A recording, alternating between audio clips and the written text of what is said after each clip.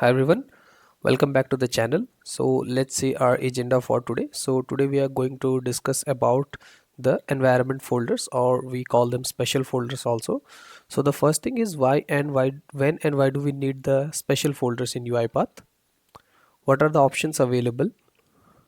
We'll see a sample demonstration, and post that I'll give some of the references that which we can refer to get the environment details in UiPath. So let's get started. So the first thing is, why do we need the special folder or the environment folders? So consider an example. You have written a process. The process job is to just read a set of emails and download the attachment, right? And you are downloading the attachment in a specific folder. Now there are certain number of users and the location is not same for everyone. So for user A the location is different, for the user B the location is different, and you cannot configure each and every user path in the configuration file, because that is not possible, because each and every user wants the files to saved in a different location. So how do you do this, right? So an easy option would be to store the files in the either in the desktop or either in the my documents of the user which is logged in.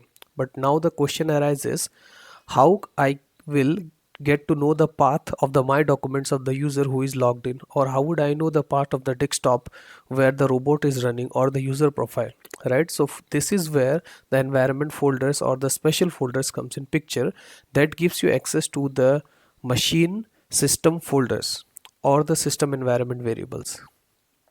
Consider one more example. You are writing an automation for some server side scripting or a server side or any of the automation where you require the username of the bot or the username of the user who is logged into the machine. Or let's say for some reason you require the domain of the user. You want to know the operating system, which operating system the bot is running on. You want to know the system directory. You want to know if this is a 64-bit operating system or is it a 32-bit operating system. How do we get all these details? And for some automation, let's say you require a machine name, that what is the machine name, and you that machine name you want to use it as input in the later part of the automation. So this is the example where we require the special folders. Okay, so now we have seen that why do we need the environment folder and environment variables. So let's see what are the options available in UiPath to get the details. So the first activity which UiPath provides is the get environment folder, and the second activity is get environment variable. So what is get environment folder? It gets you the part to the specified system special folder. And what are special folders? So you can click on the links and it will navigate you to the docs.microsoft.com. So here is a list of all the special folders which you can get access in the UiPath with the use of this activity, right? So the next activity is get environment variable. So get environment variable is the one which I was demonstrating in the second part of the video, which will give you the machine name, the operating system version, if it's a 64-bit or 32-bit machine.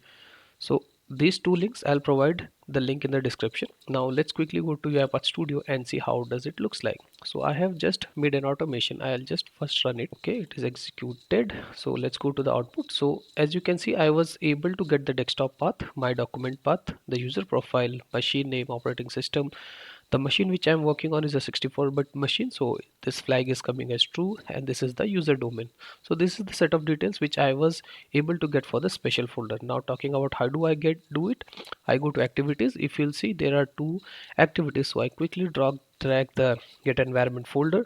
You have to just select the folder. So for the demo purpose, I'll just select the desktop, and you go to properties. So you have to select the special folder which you want the get path of the machine desktop, and then you save the output in a variable that is would be a string variable. I passed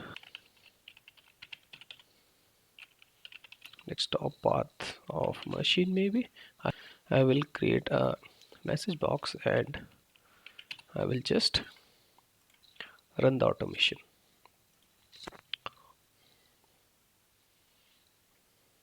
So as you can see, I was able to get the desktop path of my machine. So this is how easy it is to get the environment folders in UiPath. Let's see quickly one more example of the environment variable. Same way, we drag and drop an activity.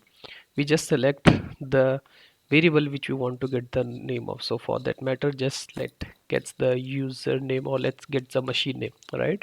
I'll go to the properties. I'll store that thing in a machine name variable, Okay, I'll quickly drag a message box and I'll just print that variable. Okay, so now the expectation is it should give me the machine name which I'm working on.